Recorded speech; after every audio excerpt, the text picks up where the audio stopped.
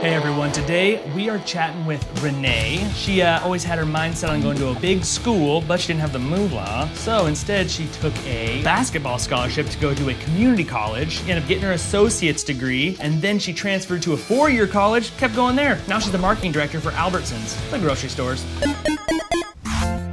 How did you find out what you were great at? None of my entire family went to college, and one of those things that I put out there for myself is I just knew that I wanted to go.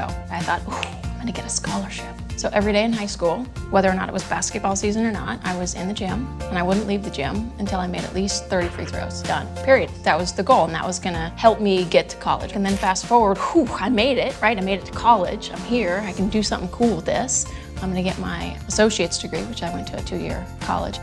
Your goal might seem like this big, huge, scary thing, but it's actually just a bunch of little tiny goals and steps that are all just put together to make that one big thing.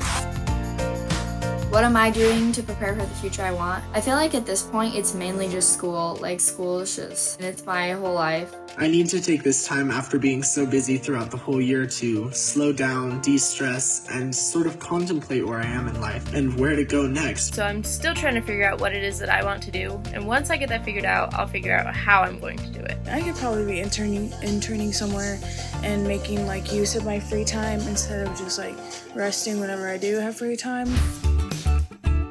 Did you ever struggle with telling people I'm going to community college and felt like they were gonna think, well, that's not real college? For sure. Really? Yeah, I go back to the goals, right? I've got this big, hairy goal in mind of I'm gonna be the first in my family to finish college.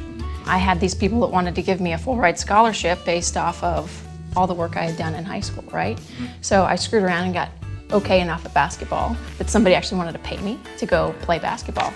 And I knew if I went and got an associate's degree, it was 2 years closer to that 4-year degree. It's a degree, right? I'm going on, I'm gonna get a degree. Damn. And as long as I can say it's a degree and I know I'm moving forward, I'm moving the needle, then here we go.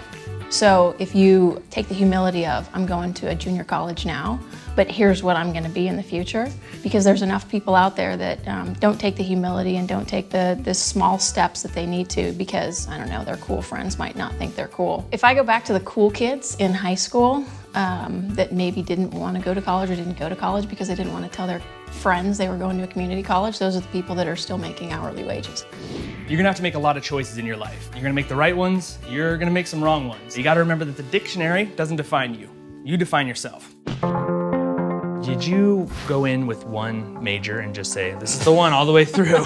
I don't think so. No.